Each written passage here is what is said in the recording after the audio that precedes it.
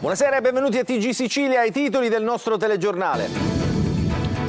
Sicilia senza acqua, nell'isola 142 comuni su 391 con fornitura idrica ridotta. Il presidente Schifani pensa a una task force per l'emergenza in vista dell'estate. Ad Agrigento, capitale italiana della cultura 2025, tutti in coda alla fontana. Prima presa di mira a colpi di mitra dai militari libici in mezzo al mare, poi giunta in porto, multata e fermata dalle autorità italiane. Giorni difficili per la Mare Ionio, che accusa di rappresaglia il governo Meloni. Protestano Verdi, Sinistra e Partito Democratico. L'Etna erutta anelli di vapore, uno spettacolo generato dalla combinazione del rilascio di gas e della forma del cratere, ma i video diventano virali. A Siracusa giro di vite contro i furbetti della corsia d'emergenza, più di 100 le multe in pochi giorni, grazie alle telecamere di videosorveglianza. Pippo Pattavina di scena all'ABC di Catania, racconta a TG Sicilia il suo Pensaci Giacomino, una commedia di Pirandello contro il perbenismo. Calcio, solo un punto per il Palermo del nuovo tecnico Mignani contro la Samp, finisce 2-2. In Serie C sfide determinanti, chiave salvezza per Catania e Messina contro Francavilla e Monterosi.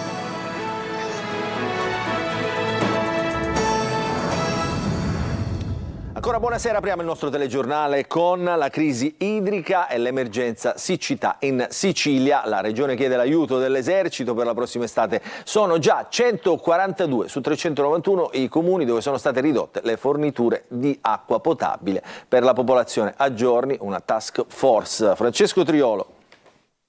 L'estate deve ancora arrivare, ma in Sicilia è già allarme siccità per la scarsità delle piogge, tanto che la Regione è pronta a costituire una task force ristretta, snella ed operativa, coordinata dal Presidente Renato Schifani, per adottare tutti i provvedimenti necessari per scongiurare gravi danni e superare, anche con l'aiuto del Governo nazionale, le criticità legate alla carenza d'acqua.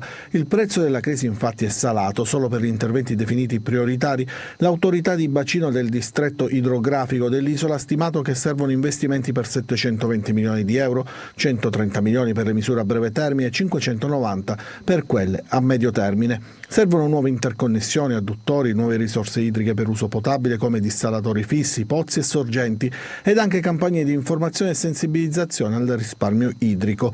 La Regione ha predisposto un vademecum su come risparmiare acqua, mentre le aziende acquedotto diminuiscono la portata della rete di distribuzione. Sono già 142 su 391 i comuni dove sono state ridotte le forniture di acqua potabile per la popolazione, contromisure legate anche alla richiesta di emergenza e di riconoscimento di calamità naturale, con la Regione che ha chiesto anche l'invio delle forze armate per poter usare dissalatori da campo del genio militare e navi cisterna della Marina per i rifornimenti.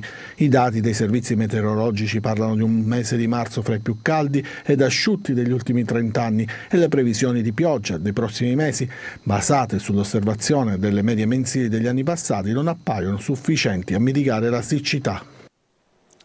E anche Agrigento, prossima capitale italiana della cultura 2025, è rimasta senza acqua. Tanti cittadini costretti a fare la coda per rifornirsi nelle fontane della città. Davide Sardo. Da settimane che non arriva l'acqua e di conseguenza uno si procura qua di venire a riempire l'acqua qua a Banamorone finché corre il rubinetto, dopo di ciò non lo sappiamo come va a finire. Si aggrava l'emergenza idrica ad Agrigento e le prospettive volgono al peggio in prossimità della stagione estiva e della perdurante siccità. La distribuzione è stata ridotta drasticamente, un turno a settimana e per poche ore. Impazzano le autobotti private con prezzi schizzati alle stelle. Tanti cittadini sono costretti in coda innanzi alla storica fontana di Bonamorone, bidoni e bottiglie. Anche lei è costretto a riempire i bidoni? Purtroppo sì, per le necessità di cucinare, perché l'acqua che arriva nelle tane nelle case, nelle abitazioni, purtroppo è quella che è. Non è più come prima che davano martedì, giovedì e sabato, ora la danno 2 volte alla settimana, 1 volta alla settimana, e io la vengo a riempire qua da 40 e rotti anni, perché questa è l'unica fontana rimasta di Agrigento, una cosa vergognosa. Mentre una volta, 50 anni fa mi ricordo, ce n'erano almeno 7-8, perché qua sotto è tutto acqua. Lei ha appena riempito l'acqua alla fontana di Bonavarone, perché? Per cucinare, per bere. La crisi idrica c'è stata sempre ad Agrigento purtroppo e quindi siamo costretti o a comprarla l'acqua o a pagarla troppo cara. Però purtroppo la situazione è questa e ci dobbiamo adattare, con difficoltà comunque. Beh, è una situazione incredibile. Fermo e multa, cambiamo argomento, per la nave Mare Ionio. Dopo gli spari dei libici attaccano i deputati del PD, Verdi e Sinistra Italiana. Intanto proseguono gli sbarchi a Lampedusa. Eva Spampinato. Giorni difficili per la Mare Ionio dopo il rischioso intervento di soccorso di 56 migranti giovedì scorso in acque internazionali. Prima presa di mira a colpi di mitra dai militari libici in mezzo al mare, poi giunta in porto a Pozzallo, multata e fermata dalle autorità italiane. Ci sono anche stati interrogatori all'equipaggio. Il capomissione della ONG Mediterranea trova assurda l'accusa di aver creato il pericolo per la vita umana durante l'operazione. Nella ricostruzione della ONG, che ha anche postato alcuni filmati di quanto avvenuto, la Mare Ionio è intervenuta giovedì pomeriggio per aiutare un'imbarcazione sovraffollata col motore in avaria. Il rescue team della nave stava distribuendo i giubbotti di salvataggio alle persone sulla barca quando è arrivata la motovedetta della Guardia Costiera libica che ha intimato alla Mare Ionio di allontanarsi. Al rifiuto opposto hanno sparato raffiche di mitragliatori in aria, provocando il panico tra le persone sull'imbarcazione in difficoltà e anche tra quelle sulla stessa motovedetta, spiega Mediterranea, aggiungendo che i libici percuotevano con fruste e bastoni le persone a bordo. Una volta giunta a Pozzallo, la nave è stata bloccata e multata. Il secondo stop in pochi mesi per la nave di Mediterranea. Attaccano PD e Alleanza Verdi di Sinistra, invece di perseguire chi spara contro dei naufraghi e chi, come è stato documentato dalla ONG, frusta degli esseri umani sulle imbarcazioni regalate e finanziate dal governo italiano, rilevano, si accaniscono contro chi salva le vite. Intanto 3 barche con a bordo 104 persone sono state soccorse al largo di Lampedusa. I migranti partiti dalla Libia e dalla Tunisia sono stati intercettati dalle motovedette della Capitaneria e della Guardia di Finanza. Prosegue senza sosta l'attività dell'Etna, il più grande vulcano attivo d'Europa. Da mercoledì sono visibili in cielo degli spettacolari anelli di fumo. Gli anelli di vortice vulcanico, che sono un fenomeno raro generato dalla combinazione del rapido rilascio di gas e della forma della bocca del vulcano, fuoriescono da un nuovo cratere che si è aperto martedì sulla sommità del vulcano. State vedendo queste spettacolari immagini che hanno fatto il giro del mondo. Boris Benke, che è un vulcanologo dell'Istituto Nazionale di Geofisica e Vulcanologia di Catania, ha spiegato che nessun vulcano sulla Terra produce tanti anelli di vapore quanto l'Etna. È cominciato il weekend di passione per gli automobilisti siciliani, tanti i cantieri aperti in autostrada, disagi sulla Catania-Messina e sulla Messina-Palermo. Il servizio è di Francesco Triolo. Il primo weekend difficile della primavera per molti automobilisti siciliani, perché archiviata la Pasqua sulle autostrade inizierà un periodo intenso di particolare disagio. Sono scattati i lavori per la manutenzione straordinaria delle gallerie di Taormina e Giardini, con la chiusura al traffico veicolare della carreggiata di Monte in direzione Catania e l'istituzione del doppio senso di circolazione in quella di Valle in direzione Messina. Una decisione, quella del Consorzio Autostrade, che era stata programmata inizialmente sino al 1 giugno, ma che ha sollevato non poche polemiche, soprattutto tra gli amministratori della Riviera Ionica. Il Consorzio Autostrade Siciliane allora ha deciso di sospendere i lavori il 23 aprile a ridosso del Ponte della Liberazione del 1 maggio e poi riprenderli a conclusione della stagione estiva. Questo per non appesantire il traffico in uno dei periodi con il più alto tasso di percorrenza. Dal 24 aprile quindi sarà nuovamente possibile utilizzare la rampa di accesso dello svincolo di Taormina per prendere l'autostrada in direzione Catania. Intanto però da lunedì e proprio sino al 23 aprile avverrà la parzializzazione della carreggiata in diversi punti delle tratte autostradali, sia della Messina-Catania che della Messina-Palermo, per permettere la prosecuzione dei lavori di implementazione dei dispositivi informativi alle barriere nei caselli della A20 e della A18. Inoltre partiranno i lavori per la pose e l'installazione di nuovi pali e corpi illuminanti per lo svincolo di Rometta. Da lunedì a martedì, dalle 9 alle 17, verrà chiuso lo svincolo di Rometta in uscita per i veicoli in transito in entrambe le direzioni di marcia. Dal 10 all'11 aprile lo svincolo di Rometta sarà chiuso in entrata. La notte scorsa a Mirabella in Baccheri, in provincia di Catania, 2 uomini si sono affrontati in piazza armati, pensate un po', uno di un hash e un altro di una mannaia. Il primo è stato arrestato e posto a domiciliare, il secondo è finito in ospedale con una prognosi di 30 giorni. E restiamo a Catania per parlare del processo contro Martina Patti, la 24enne di Mascalucia che ha ucciso la figlia Elena di 4 anni. Sfilano i testi della difesa, fra loro un avvocato che conferma il rapporto burrascoso tra Martina e l'ex compagno. Dice litigavano pure per il riconoscimento della bambina. Il servizio di Emanuela Corsi. Un litigio anche per il riconoscimento di Elena nel giorno della sua nascita. Nel processo contro Martina Patti, la 24enne di Mascalucia, che ha confessato l'omicidio della figlia di 4 anni, è la volta di 4 testi della difesa. Tra loro l'avvocato Paola Lacarruba, che in aula ha riferito, come riporta oggi il quotidiano La Sicilia, di aver conosciuto Martina poco prima della nascita di Elena per una presunta aggressione subita. Lacarruba inoltre ha raccontato di essere stata contattata dalla nonna materna il giorno della nascita della bambina, chiedendo se la figlia poteva rifiutarsi di dare il cognome del padre. Anche in quell'occasione pare che i due avessero litigato. Un rapporto burrascoso, quello con Alessandro Del Pozzo, confermato in aula anche da 2 amiche dell'imputata. Il pediatra della bambina, Antonino Marano, ha aggiunto che alle visite mediche era soprattutto la madre ad accompagnarla. Il 29 aprile verranno ascoltati gli altri testi della difesa della 24enne. La procura le contesta i reati di omicidio premeditato aggravato, occultamento di cadavere e simulazione di reato. La tragica vicenda inizia il 13 giugno 2022. Martina Patti denuncia ai carabinieri che la figlia è stata sequestrata da 3 persone armate mentre era in auto con lei, accusando la condotta dell'ex compagno con precedenti per spaccio. Gli investigatori da subito escludono che il sequestro sia opera della criminalità organizzata. Il giorno successivo è la stessa Martina a cambiare versione e condurre gli inquirenti nel campo dove è sepolta la piccola Elena, uccisa con un'arma da taglio. Il cadavere, chiuso dentro 5 sacchi neri, era stato coperto con cenere vulcanica e ciottoli. Dietro il tragico gesto ci sarebbe proprio il fallimento del rapporto con Del Pozzo, che nel frattempo aveva iniziato una nuova relazione, e le difficoltà di rifarsi una vita sentimentale con una bambina piccola. 2 risse nella zona pedonale di Via Macheda a Palermo, dove ci sono tanti locali etnici. Un gruppo di ragazzi tunisini avrebbe importunato passanti e turisti e poi avrebbero dato un bacio a una donna provocando l'ira del marito. Una violenta rissa è scoppiata più tardi quando un gruppo di tunisini e un altro di bengalesi si sono affrontati in strada. Ad avere la peggio è stato un ragazzo tunisino di 23 anni che è finito al pronto soccorso dell'ospedale civico per varie contusioni.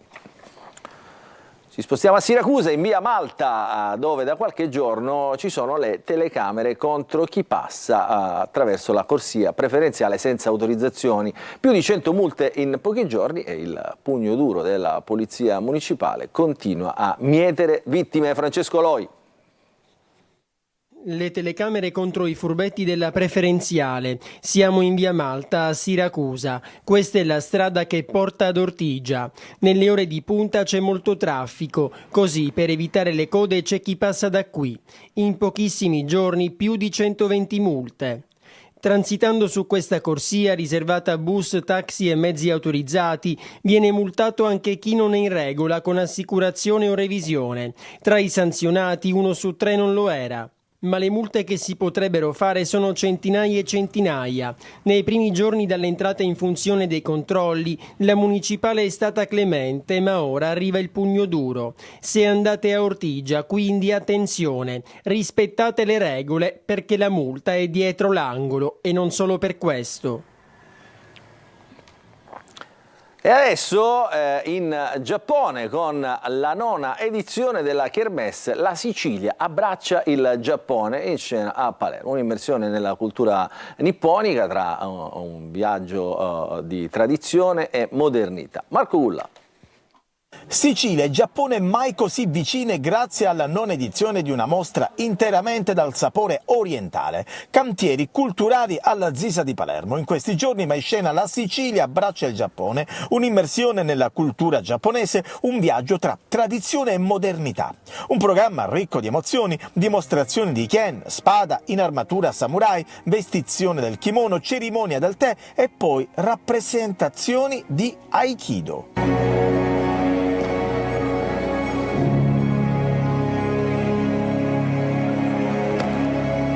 Abbiamo riprodotto parte di quella che è la tradizione giapponese in un'arte marziale chiamata Aikido. Nello specifico abbiamo fatto alcuni movimenti, tecniche e anche riprodotto qualcosa di tradizionale che riguarda l'aikijo, cioè l'uso del bastone tradizionale giapponese, da non confondere con quello da karate che è leggermente più lungo, applicato all'aikido che invece riproporremo domani in forma tradizionale a mani nude.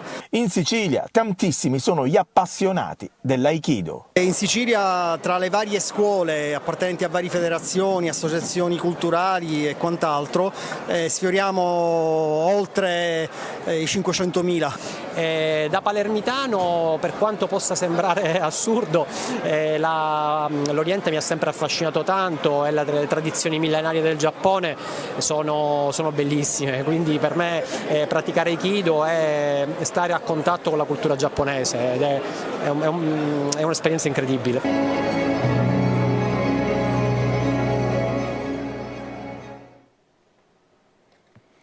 E sullo spettacolo abbiamo incontrato Pippo Pattavina fino al 14 aprile a Catania con la commedia Pensaci Giacomino di Pirandello. Per l'attore catanese che in scena è Agostino Toti, il suo è un personaggio contro il perbenismo. Giusy Lazzara. C'è tutto Pirandello nella pièce teatrale Pensaci Giacomino. L'amore, la voglia di sfidare le convenzioni dei ben pensanti e la follia che vuol dire estro. Tutto questo racconta lo spettacolo per la regia di Guglielmo Ferro con protagonista l'attore catanese Pippo Pattavina, per la prima volta nei panni di Agostino Toti, un anziano professore. Lui è contro la società perbenista. Lui prende all'inizio il disegno che concepisce è quello di volere prendere moglie giovane per fregare il governo praticamente, per costringere il governo a pagare la pensione non solo a lui ma anche alla moglie per altri 50 anni dopo la sua morte, a vita praticamente. Questa è la sua forma di vendetta. Poi infatti sposa questa ragazzina che è rimasta incinta da questo Giacomino, ma la sposa non per pietà, la sposa per amore paterno, per tante cose. Si va oltre la storia. Alla fine l'amore trionfa e tutti sono felici e contenti. Ecco, da questo punto di vista è uno spettacolo molto bello e io non vedo l'ora tutte le sere di andarmene a teatro, uscire di casa per andare a indossare i costumi del professor Agostino Toti, che mi diverte da morire. Lo spettacolo al Teatro ABC di Catania sarà in scena fino al 14 di aprile. Sempre straordinario il nostro Pippo Pattavina. Adesso ci fermiamo per una piccola pausa, poi il calcio.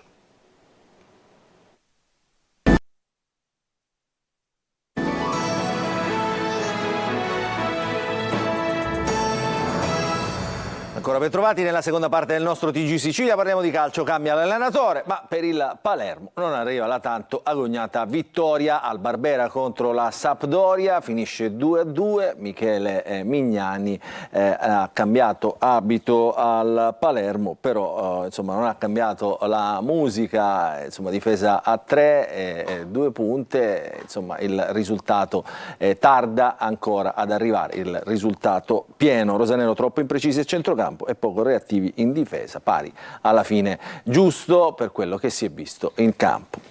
E adesso ci occupiamo del Catania che cerca conferme dopo il successo in Coppa Italia. Domani impegno cruciale in casa della Virtus Francavilla, Zeoli ripropone la difesa a 3. Marco Carli. Siamo consapevoli che domenica è una partita che ci deve dare delle certezze Ecco a cosa può servire la Coppa Italia. Oltre ad aver messo un trofeo importante in bacheca, i rossazzurri cercano conferme. Tradotto, lo stesso spirito che li ha spinti col Padova nel ritorno della finale. In campionato, soprattutto nel girone di ritorno, e in trasferta non è successo mai. Come nella partita di Torre del Greco, gara che l'allenatore del Catania accosta a quella di Francavilla. Ma contro i pugliesi chiede ovviamente un approccio diverso, anche perché la Virtus sull'angusto campo di casa ha da sempre conquistato la maggior parte dei punti. Una squadra che ha fatto in casa un ruolino di marcia importante nelle ultime 6 partite, non ha subito gol, ha fatto 12 punti, viene da una sconfitta in un derby, però è una squadra che è un po' in casa fa un tipo di partita e fuori casa forse ha avuto qualche problemino. In porta andrà Albertoni, vista la squalifica di Furlan. In attacco Costantino, dato le condizioni di Cianci, non al meglio dopo il pestone subito da Dellicarri nel corso della finale. Monaco invece è recuperato. A centrocampo torna a disposizione Welbeck, che rende Quaini pronto sia per la mediana che per il reparto arretrato, con la conferma dello schieramento a 3. Virtus Francavilla Catania sarà seguita da Telecolor con diretta stadio, 3 ore live che cominceranno mezz'ora prima del calcio d'inizio, collegamenti, contributi da studio, interazione con il pubblico da casa e alla fine le interviste ai protagonisti.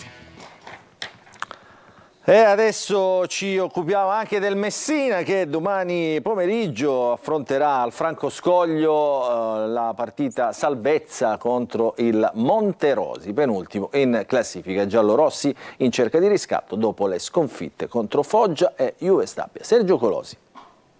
Monterosi, crocevia del Messina. All'andata inaugurò la rinascita della squadra di Modica. A ritorno potrebbe valere la salvezza virtuale. Certamente quella di domani al Francoscoglio, con inizio alle ore 14, è una partita significativa, la prima di 4 spareggi per rimanere in Serie C senza passare dai play-out. Il Messina ci arriva in un momento delicato, perché non vince da poco più di un mese, 1-3 a Brindisi il 2 marzo scorso, e ha ottenuto soltanto 2 pareggi nelle ultime 5 giornate. Si aggiungono anche uno stato di forma non brillante e alcune assenze pesanti, gli squalificati Emmausso e Polito, i problemi fisici di Lia e Ortisi, out il primo, in ripresa il secondo. A guardare la classifica, 28 punti laziali, 41 i giallorossi, sembra strano, ma oggi sta meglio il Monterosi, che ne ha conquistati 12 in 8 giornate e nell'ultimo turno ha fermato il Benevento. Tiferanno Messina anche le altre formazioni coinvolte nella bassa classifica, perché in caso di sconfitta il Monterossi si staccherebbe ancora di più e con 9 punti di ritardo penultima e terzultima retrocedono direttamente. Un motivo in più per chiudere il capitolo salvezza ed evitare il finale di stagione già vissuto negli ultimi 2 anni. Questa era l'ultima notizia, il nostro telegiornale finisce qui, allora vi auguriamo un buon proseguimento di serata e vi ringraziamo per averci seguito.